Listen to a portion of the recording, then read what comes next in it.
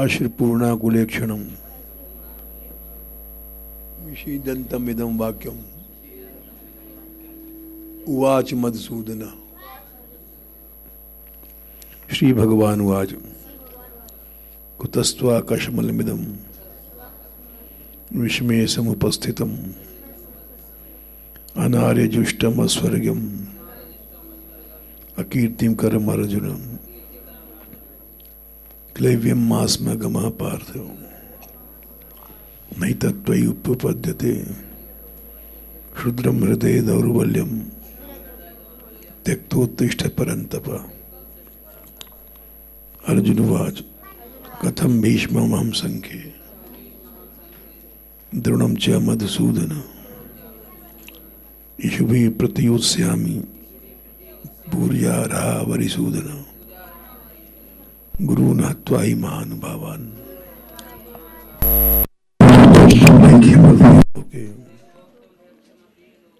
हत्वार्थ कामांस्तु गुरूनिहैव भुञ्जीय भोगान् रुधिर प्रदिग्धान्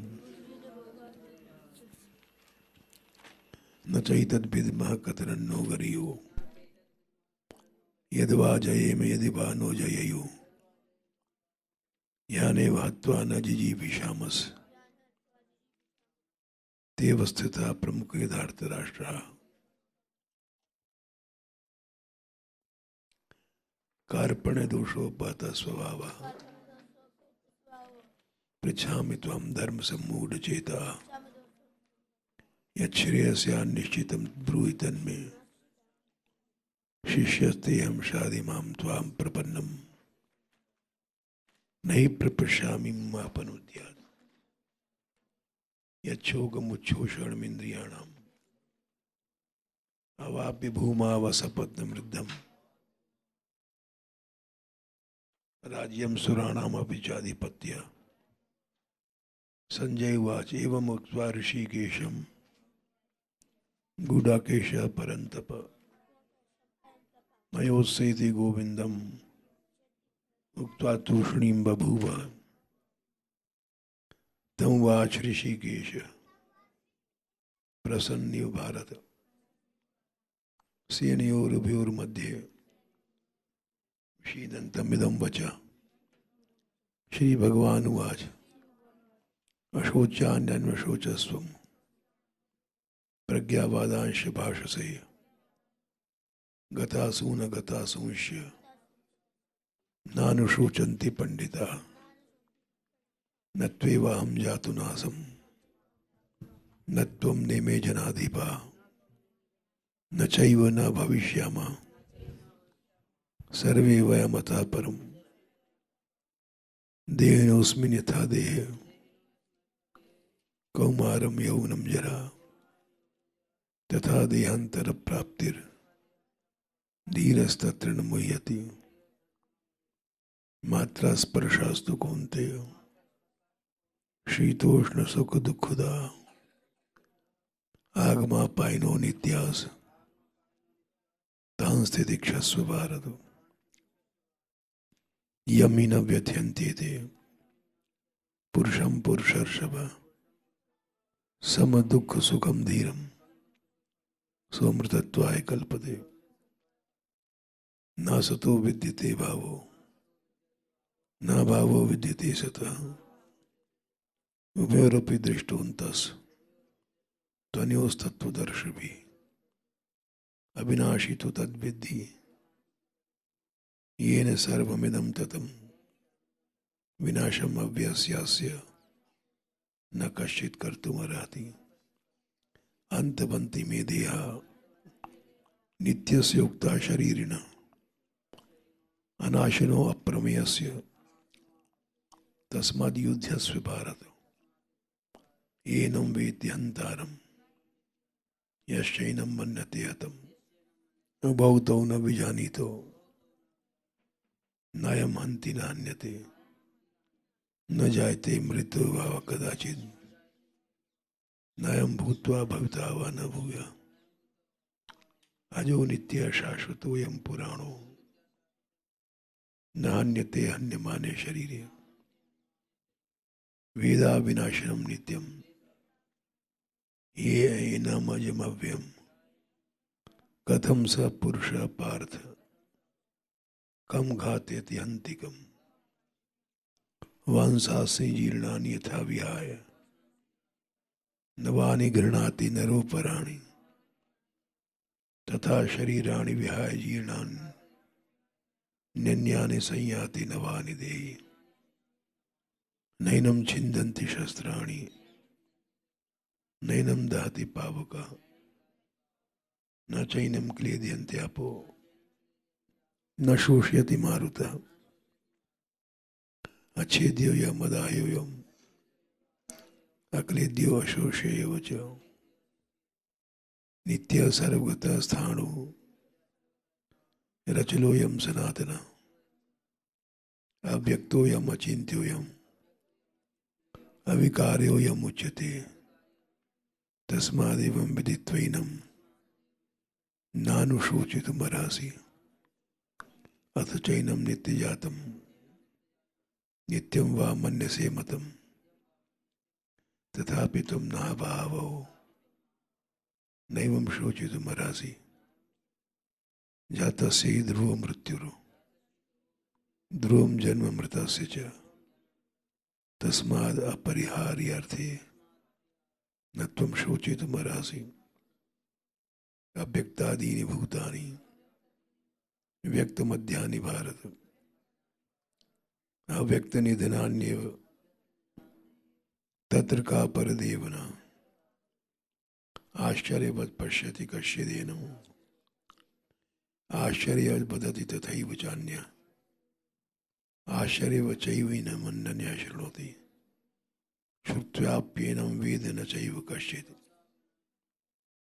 देहि नित्यम् अवध्येयम् देहे सर्वस्य भारत तस्मात् सर्वाणि भूतानि न त्वं शोचितुमर्हसि स्वधर्ममपि चापेक्ष्य न विकम्पितुमर्हसि धर्म्याद्युज्रात् श्रेयो अन्यत् क्षत्रियस्य न विद्यते यदृच्छया चोपपन्नं स्वर्गद्वारमपावृतं सुखिनः क्षत्रियाः पार्थ लभन्ते युद्धमीदृशम् अथ चेत्त्वमिमं धर्मं संग्रामं न करिष्यसि ततः स्वधर्मं कीर्तिं च हित्वा पापमवाप्स्यसि अकीर्तिं चापि भूतानि कथयिष्यन्ति तेभ्यः संभावितस्य च अकीर्तिर् मरणादतिरिच्यते भयादृणाद् उपरतं मंसन्ते त्वां महारथाः येषां च त्वं बहुमतो भूत्वा यास्यसि लाघवम्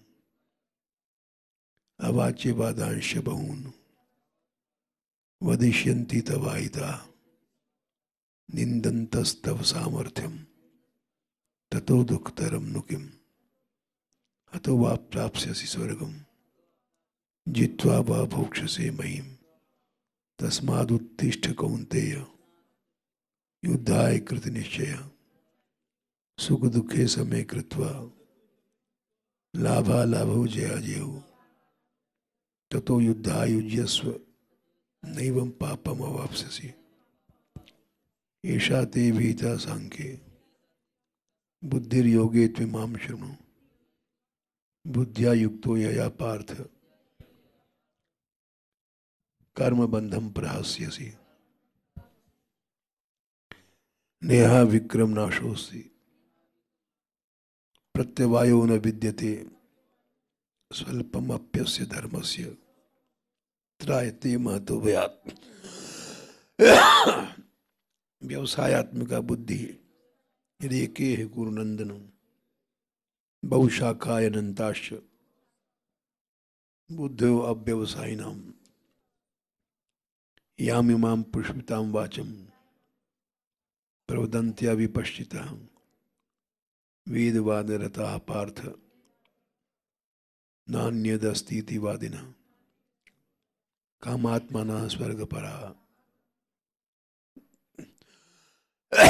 जन्म कर्म फलप्रदां क्रिया विशेष बहुलम भोगैश्वर्य गतिम प्रति भोगैश्वर्य प्रसक्ता नाम तया प्रहित चेतसाम व्यवसायत्मिका बुद्धि समाधो न विधीयते त्रैगुण्य विषया वेदा निस्त्रैगुण्यो भवार्जुन निर्द्वंद्वो नित्य सत्वस्थो निर्युगो क्षेमात्मा यावान अर्थोदपाने सर्वतः संप्लुतोदके तावान सर्वेषु वेदेषु ब्राह्मण से विजानता कर्मण्येवाधिकारस्ते माँ फलेषु कदाचन माँ कर्म फल हेतुर्भूर माते संगोस्तु कर्मणि।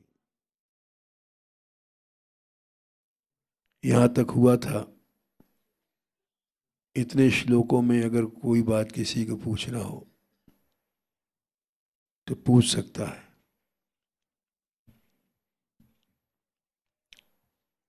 48वां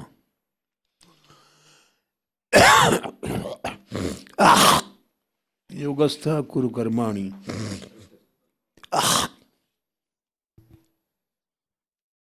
योगस्थ कुरु कर्माणि संगम त्यक्त्वा धनंजय सिद्ध सिद्धो समो भूत्वा समत्वम योग उच्यते।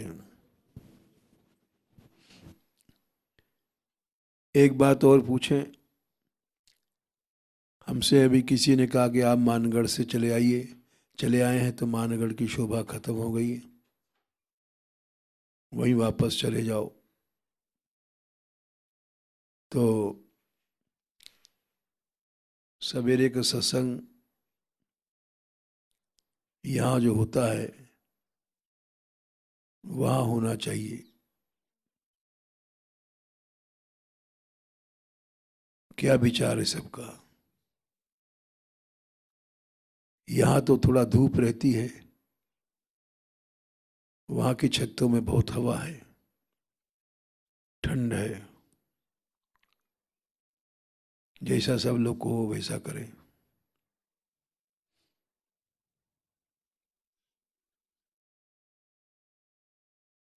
क्या विचार है भाई? हमें तो सब अनुकूल है।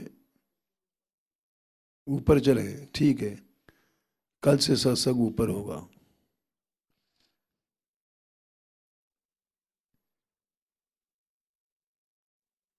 योगस्थ कुरु कर्माणि संगम त्यक्त्वा धनंजय सिद्धि सिद्ध्यो समो भूत्वा समत्वम योग उच्यते।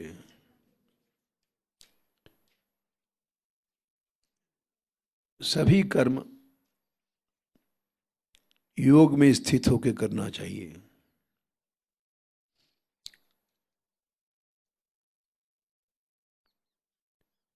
आसक्ति के कारण योग नष्ट हो जाता है। संगम त्यक्त्वा, आसक्ति छोड़ने के बाद धनंजय अर्जुन योग में स्थित सभी कर्म हो गए। प्रश्न हुआ योग क्या है? सिद्धि और सिद्धि में समान हो करके समत्व को योग कहते हैं। कोई काम सिद्ध हुआ अपने मन के अनुसार, कोई काम मन के अनुसार नहीं हुआ, असिद्ध हुआ, तो दोनों में समान है, न हर्ष है न शोक है, तो योग हो गया। काम वही है, युद्ध करना, लड़ना भिड़ना, सफलता असफलता, काम तो वही रहते हैं, लेकिन जो परिणाम है उसका असर मन पर पड़ता है, तो वो योग की स्थिति नष्ट हो जाती है। काम सिद्ध हो गया, उसमें खुश हो गए, और काम असिद्ध हुआ, दुखी हो गए, तो ये स्थिति योग को नष्ट कर देती है। भगवान ने अगर योग में स्थित हो तो ब्रह्म में स्थित हो जाओगे। 5/20 देख लो। न प्रहृष्येत प्रियम प्राप्य, नोद्विजेत प्राप्य चा प्रियम। स्थिर बुद्धि रसम मूढ़ो, ब्रह्मविद ब्रह्मणि स्थिता। जो मनुष्य प्रिय वस्तु को प्राप्त करके खुश नहीं होता है, न प्रहृष्येत प्रियम प्राप्य, और अप्रियम प्राप्य, अप्रिय को प्राप्त करके नोद्विजेत, उद्विग्न नहीं होता है।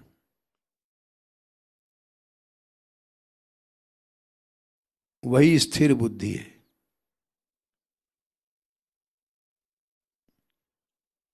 और वही ब्रह्मवेत्ता है, ब्रह्म में स्थित है।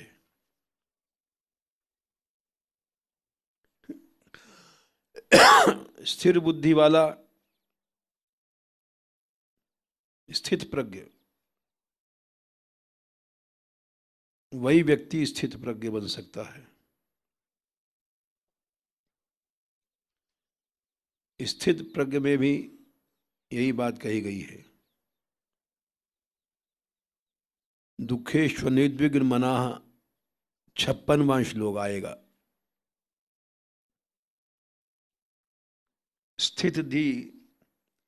स्थित बुद्धि किसकी है? जो दुखों में, जिसका मन अनुविघ्न, घबराता नहीं है, और सुखेषु विगत स्पृहा, सुखों में स्पृहा नहीं है, तो राग भय क्रोध हट जाएगा। वो स्थित धीर मुनि रुच्यते, उस मुनि को स्थित बुद्धि कहा गया है। जगह जगह एक बात कही गई है। योगी वही है जो योग में स्थित है। योग माने कोई क्रिया नहीं है। लोग योग का मतलब समझते हैं हठ योग, आसन प्राणायाम वगैरह जो करता है। भगवान उससे आगे योग की बात बता रहे हैं। योगश्चित्त वृत्ति निरोधा, योग मन से होता है, शरीर की क्रियाओं से योग नहीं होता। यदि तुम बड़े भारी आसन प्राणायाम करने वाले हो और तुम्हारा मन स्थिर नहीं है, तो योगी नहीं हो। योगी तो वही होता है जिसका मन दुखों में घबराता नहीं है, असुखों के लिए ललचाता नहीं है। वीत राग भय क्रोध, ये उद्विग्न होने से क्रोध पैदा होगा, भय पैदा होगा, और स्पृहा होने से राग पैदा होता है। इन तीनों का नाश तभी होता है जब मन में उद्वेग न पैदा हो और सुखों में स्पृहा न पैदा हो। ये तीनों नष्ट हो जाते हैं। 56वां श्लोक है, राग भय क्रोध कैसे पैदा होता है। दुख में जो घबराता नहीं है तो उससे भय और क्रोध चले गए, और सुख में स्पृहा नहीं है तो उससे राग चला गया। इन तीनों का नाश हो जाता है। इन तीनों की उत्पत्ति इसी तरह से होती है। जो दुख में घबराता है उसके अंदर क्रोध भी रहेगा, भय भी रहेगा। और जो सुख की इच्छा करता है तो ध्यायतो विंश्यान पुंसा संगस्तेषु उपजायते, संग मने आसक्ति पैदा होती है। इसलिए दोनों छोड़ देना चाहिए। राग भय क्रोध ये तीनों ही मनुष्य की बुद्धि को चंचल बनाते हैं, कमजोर बनाते हैं। और वो मुनि माने मननशील, मुनि कहते हैं जो मनन करता है, वो मुनि नहीं बन सकता।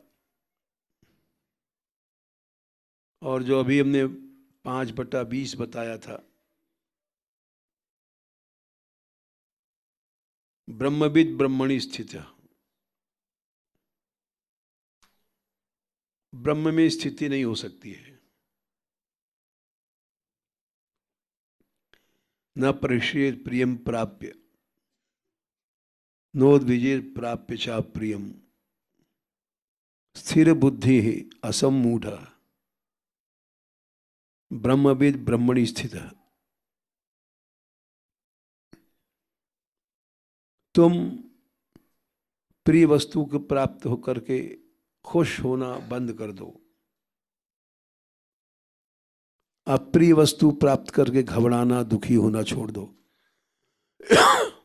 उद्वेग से मनुष्य घबराता है, तो स्थिर बुद्धि का होता है। असमूढ़ मन कभी मोह नहीं पैदा होता। खुश होना भी मोह है, घबराना भी मोह है,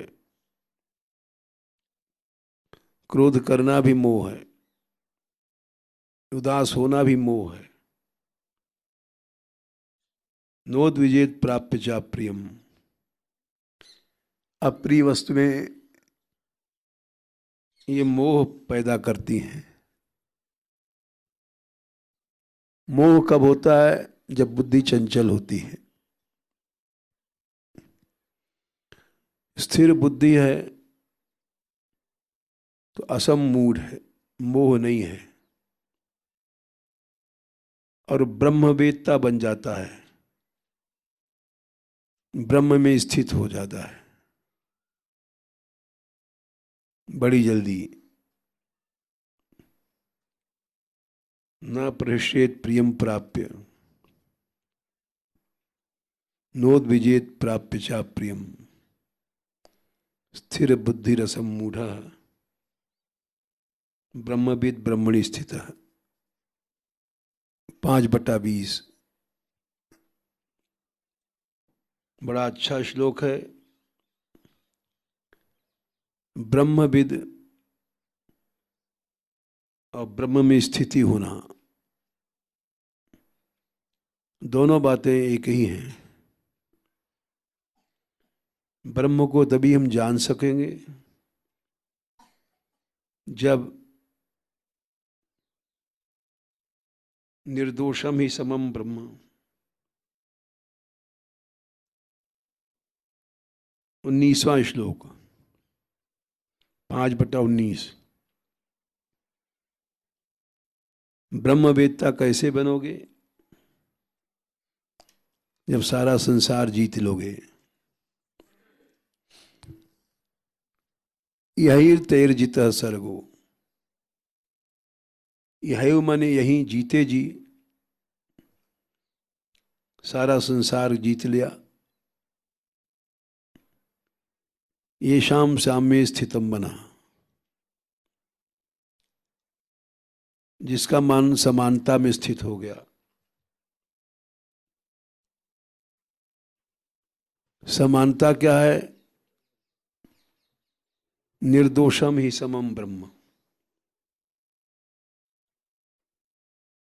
सारा संसार निर्दोष ब्रह्म है,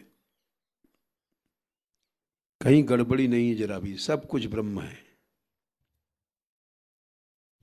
निर्दोष। ऐसी जब समझ में आ जाती है बुद्धि, छोटा बड़ा नहीं कोई, सब समान ब्रह्म है। अच्छा बुरा नहीं है, सब ब्रह्म है। तो ये जब ज्ञान होता है तब ब्रह्मवेत्ता बनता है और इसकी ब्रह्म में स्थिति हो जाती है। ब्रह्मविद ब्रह्मैव भवति, उपनिषद का एक वाक्य है। ब्रह्मवेत्ता कौन है? जो ब्रह्म बन गया। श्रुति कहती है ब्रह्मविद ब्रह्मैव भवति। ब्रह्म को किसने जाना? जो ब्रह्म हो गया, वो ब्रह्म होने के बाद ब्रह्म को जाना जा सकता है। बिना ब्रह्म हुए ब्रह्म को नहीं जाना जा सकता। जानत तुम्हें हो जाई, सोई जाने जे देव जनाई, रामायण में भी कहा गया है। जानत तुम्हें हो जाई, तुमको जानने वाले तुम ही बन जाते हो। ब्रह्मविद ब्रह्मैव भवति, ब्रह्म को जो जान जाता है ब्रह्म ही बन जाता है। ब्रह्म को जानना क्या? 5/19, निर्दोषम ही समम ब्रह्म। सब कुछ संसार में निर्दोष ब्रह्म है, कहीं भी कोई खराबी नहीं है। उसकी ब्रह्म में स्थिति हो गई है।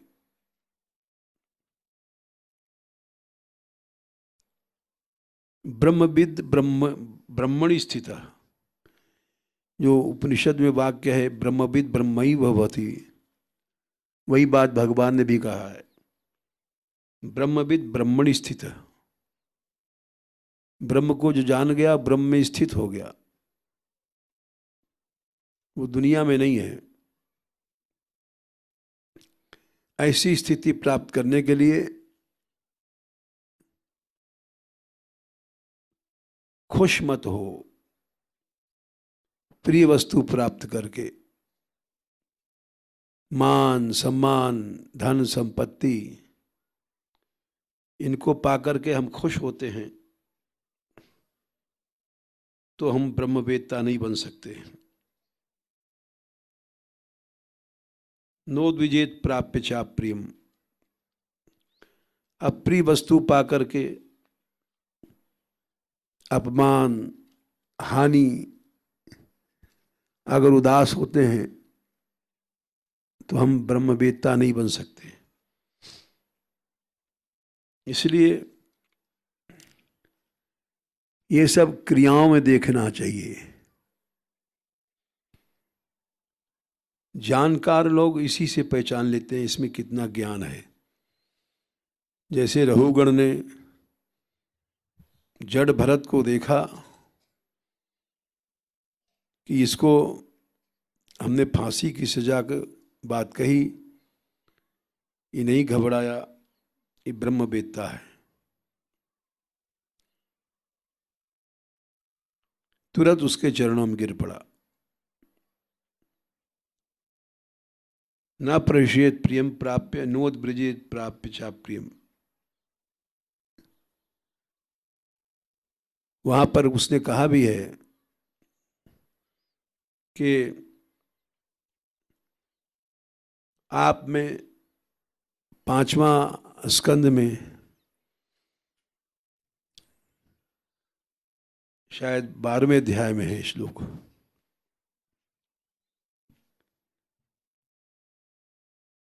कि न विक्रिया है 5, 10, 25 ये लक्षण है ब्रह्मवेत्ता का।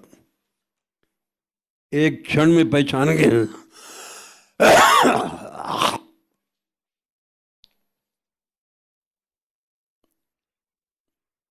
5, 10, 25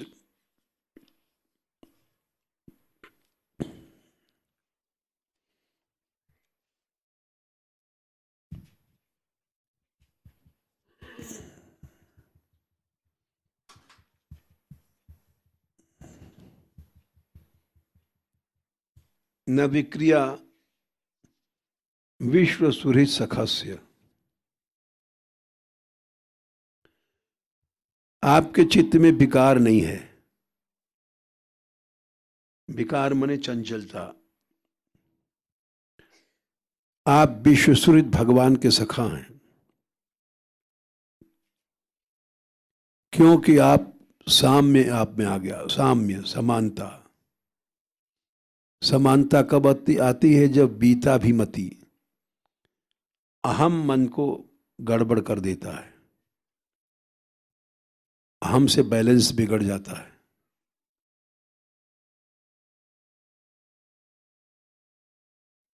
वीताभिमति माने अहम चला गया आप में। अहम ही उछलता है, कूदता है, रोता है, चिल्लाता है, गुस्सा करता है।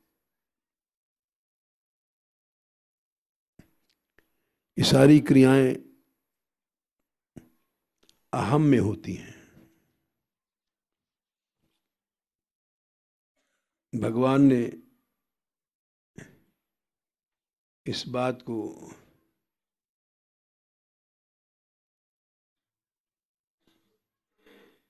28वें एकादश स्कंद के 28वें श्लोक में बताया है। 28वें अध्याय में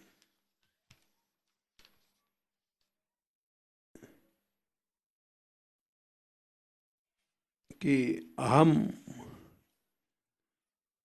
से ही सब विकार पैदा होते हैं।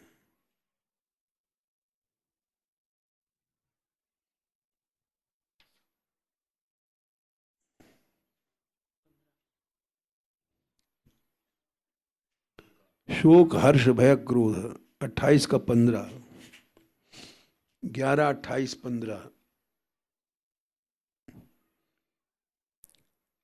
शोक अहम ही रोता है, हर्ष अहम ही खुश होता है, अहम ही भय माने डरता है, अहम ही क्रोध करता है,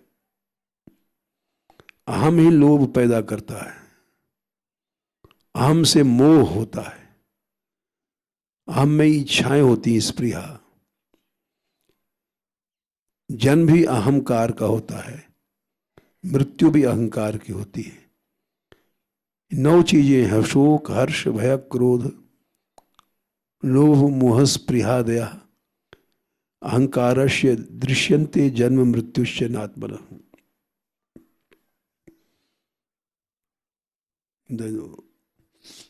ये 9 चीजें अहम ही करता है। तो इसलिए वीताभिमति आप हैं निश्चय रूप से, क्योंकि आप में विकार नहीं है।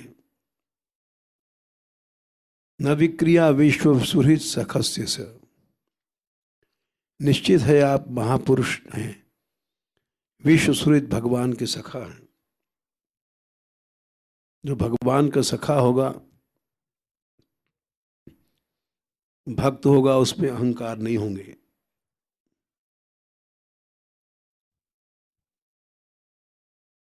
अद्वेष्टा सर्वभूतानां मैत्रः करुणेव च निर्ममो निरहंकारः। 12/13 गीता। निर्मम होता है, ममता नहीं होता है, निरहंकार होता है। सम दुख सुख, दुख सुख में समान होता है, क्षमी क्षमावान होता है। वो कुछ कह लो उत्तर नहीं देगा, क्षमावान है। बक बक नहीं करेगा, चिल्लाता ही जा रहा है, लोग रोक रहे हैं लेकिन जबान नहीं रुक रही है। ये सब मूर्खों के लक्षण हैं। और आप कुछ नहीं बोल रहे हैं तो बीता भी मती हैं। भगवान के सच्चे भक्त हैं। और जो भक्त नहीं होता है उसका आवेग नहीं रुकता वाणी का, बक बक करता जाएगा, कितना रोको तुम। क्योंकि अहम उछलता रहता है, अहम चुप नहीं बैठने देता। तो इसलिए भगवान ने कहा कि स्थित प्रज्ञ होने के लिए भी दुखेश्व निर्द्विग्मना, अहम ही घबराता है, अहम ही डरता है। सुखेशु विगत स्पृहा, सुखों में इच्छा नहीं है। वीतराग भय क्रोध स्थित धीर मुनि रुच्यते। स्थिर बुद्धि हुई, ब्रह्मवेत्ता बन गए, अब ब्रह्म में स्थिति हो गई बहुत जल्दी। इसलिए जिसको परमार्थ में चलना है उसको अपनी बुद्धि स्थिर रखना चाहिए। भगवान ने यहाँ तक कहा है कि वेद पढ़ने से भी क्या होता है, बुद्धि चंचल हो जाती है। श्रुति विप्रतिपन्ना ते यदा स्थास्यति निश्चला। 53, 2/53। ज्यादा जो पढ़ लेते हैं उनकी बुद्धि प्रतिपन्न, अलग चली जाती है, चंचल हो जाती है। संसारी पढ़नाएं, संसारी पढ़ाई ये मन को चंचल करती है। वेद की पढ़ाई भी मन को चंचल कर देती है। जब मन चंचल नहीं रहेगा, स्थिर हो जाएगा, तब समाधो अचला बुद्धि, तब अचल बुद्धि हो जाएगी भगवान में। तब तुम योग को प्राप्त हो जाओगे। उसके पहले योग की प्राप्ति नहीं हो सकती है। स्थित प्रज्ञ नहीं है तो उसको योग की प्राप्ति नहीं होगी। इसलिए अर्जुन ने प्रश्न किया कि स्थित प्रज्ञ होने के लिए क्या करना चाहिए। 2/54 ने पूछा, स्थित प्रज्ञ की क्या भाषा है, क्या लक्षण है, कैसे बोलता है, कैसे उठता है, कैसे क्रिया करता है। जब स्थित प्रज्ञ को ही योग की सिद्धि होगी तदा योगम अवाप्स्यसि। समाधो अचला बुद्धि, जब अचल बुद्धि हो जाएगी तभी योग की प्राप्ति होगी, उसके पहले नहीं होगी। उसके पहले मन इधर उधर जाएगा। लोग साधु बनने के बाद भी विवाह करते हैं क्योंकि बुद्धि अचल नहीं थी। योग से गिर जाते हैं। इसलिए स्थित प्रज्ञ के क्या लक्षण हैं ये आप बताइए। इसके बाद लक्षण बताना शुरू किया भगवान ने, वो फिर बताएंगे। आज तो यही श्लोक होगा, योगस्थ कुरु कर्माणि संगम त्यक्त्वा धनंजय सिद्ध्य सिद्ध्यो समो भूत्वा समत्वम योग उच्यते। हर कर्म योग में स्थित होकर करो। संगम त्यक्त्वा, आसक्ति छोड़ करके, सिद्धि सिद्धि में समान हो गए, योग हो गया। योग होने के बाद तुम जो भी काम करोगे वो सब तुमको परमार्थ में सहायता देगा।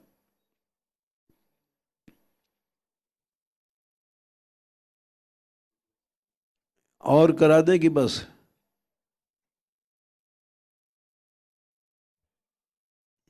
इसको टांग दो, एक और करा दें।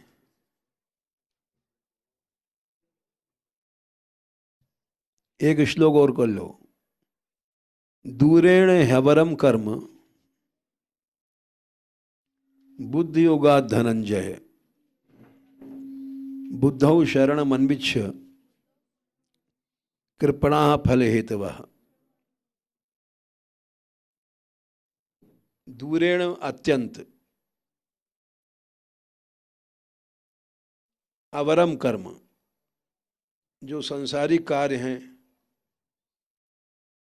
वो बड़े तुच्छ हैं।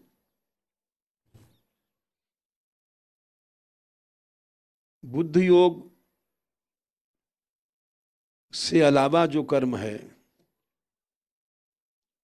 वो बड़े नीच हैं, तुच्छ हैं। समानता को लेके चलने वाला तो योगी है, और जो बड़ी जल्दी बकबक करता है, चिल्लाता है, गुस्सा करता है, वो नीच पुरुष है। दूरेण अत्यंत नीच है। वो अवर कर्म, उसका जितना कर्म है सब बड़ा नीच है, क्योंकि बुद्धि योग से रहित है। बुद्धि योग क्या है? समत्वम योग उच्यते, मन सदा एक से रहे, उसको बुद्धि योग कहते हैं। और जिसका मन बड़ी जल्दी घबरा गया, उद्विग्न हो गया, वो उसके हर कर्म बड़े नीच होते हैं, क्योंकि बुद्धि योग से रहित होते हैं। बुद्धि योग क्या है? समत्वम योग उच्यते, समान रखना बुद्धि को। बुद्धौ शरणम अन्विच्छ, अपने बुद्धि की शरण में जाओ, यानी बुद्धि योग की शरण में जाओ। कृपणा फल हेतवा, ये बुद्धि को नीच कौन बनाती है? फल। हमने कहा तुमने ये काम नहीं किया, हमने कहा तुमने बाल काट दिया, ये सब बातें कृपण हैं। लोग बड़े नीच हैं, फल हेतु लेकर चलते हैं। जरा सी बात उनके मन के उल्ट प्रतिकूल भई और काम क्रोध लोभ अहंकार में डूब गए। कृपण है। कृपण होने से हर समय फल को दृष्टि में रखकर काम करते हैं।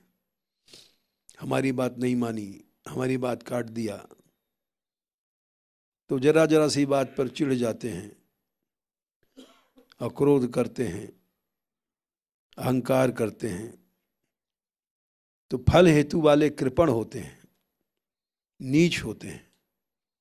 वो कब बिगड़ जाएंगे उनका पता नहीं, कब तोड़ देंगे तुम्हारा संबंध पता नहीं। चार आने पे कहो तो लड़ जाएं, फल हेतु वाले। इसलिए बहुत जल्दी नीचता पे चले जाते हैं। अत्यंत दूरेण माने अत्यंत नीच कर्म है। बुद्धिमान पुरुष का हर कार्य बुद्धि योग से युक्त होता है, समानता से युक्त होता है। उदाहरण देंगे राम रावण की लड़ाई का, देना रामायण।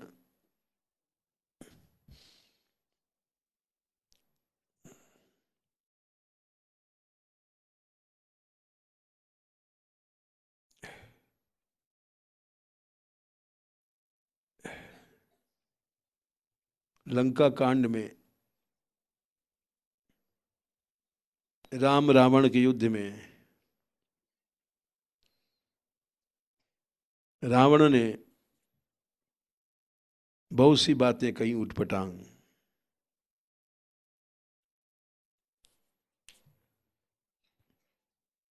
भगवान राम ने कहा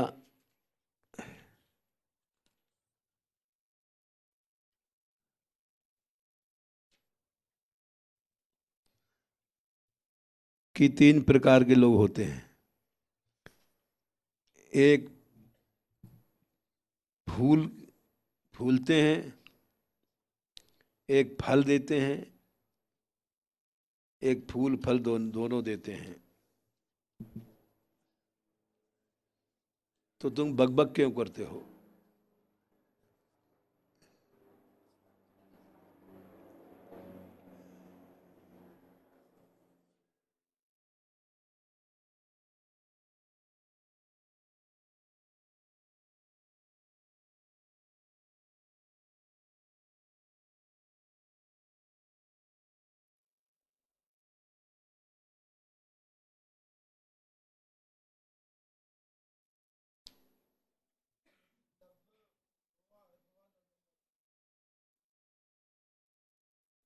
हाँ, जन जल्पना, यही ना। जन जल्पना कर सुजस नासही, नीत सुनहि करहि क्षमा, संसार महापुरुष त्रिविध पाटल रसाल पनस समा। 3 प्रकार के पुरुष होते हैं।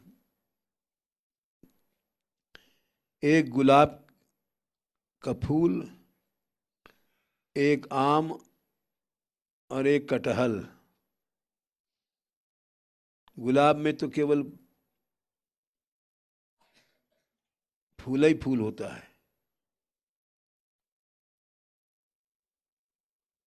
और एक कटहल फल फूल दोनों देता है। तो वैसे ही उत्तम पुरुष तो वो हैं जो कहते भी हैं करते हैं। तो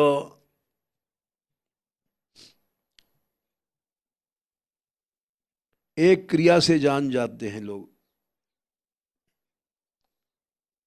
राम बचन सुन बिहसा, मोह सिखावन लाग, बैरो करत नहीं तब डर लग। अब उस रावण समझ रहा है कि रावण डर रहे हैं।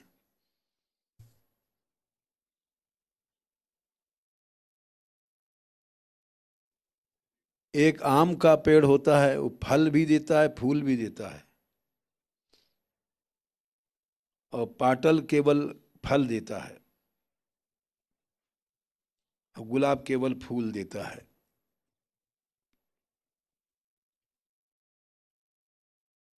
जो फल फूल दोनों देता है उत्तम पुरुष है।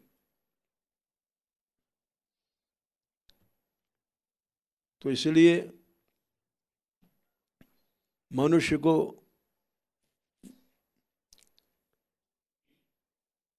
बिना विचार के नहीं बोलना चाहिए, कटहल बनना चाहिए।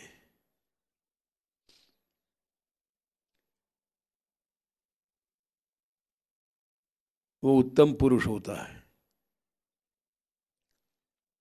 हम लोग बोलते ही चले जाते हैं, विचार रहित हैं।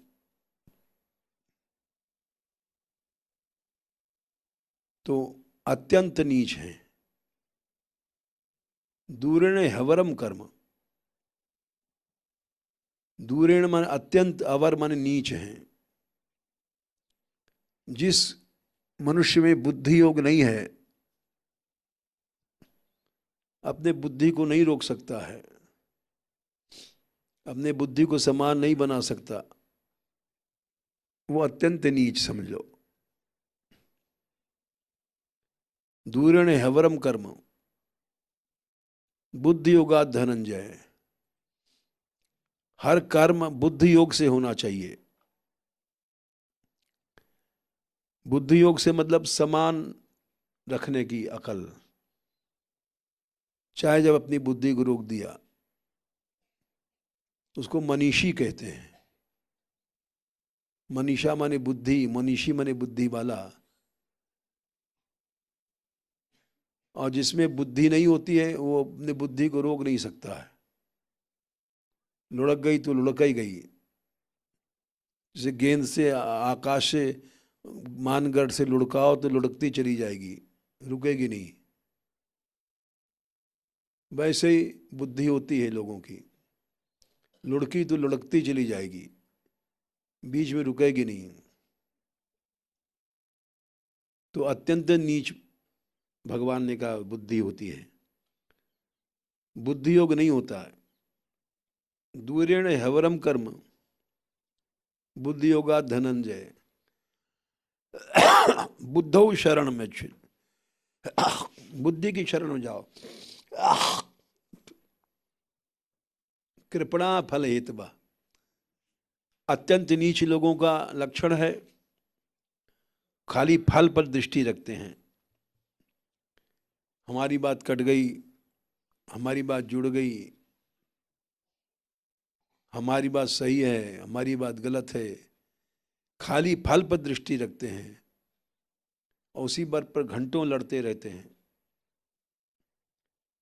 वो अत्यंत नीच पुरुषों के लक्षण होते हैं। ऐसे पुरुषों से व्यवहार संभल के करना चाहिए। एक क्षण में जाने कहां से कहां पहुंच जाएंगे। जय श्री राधे।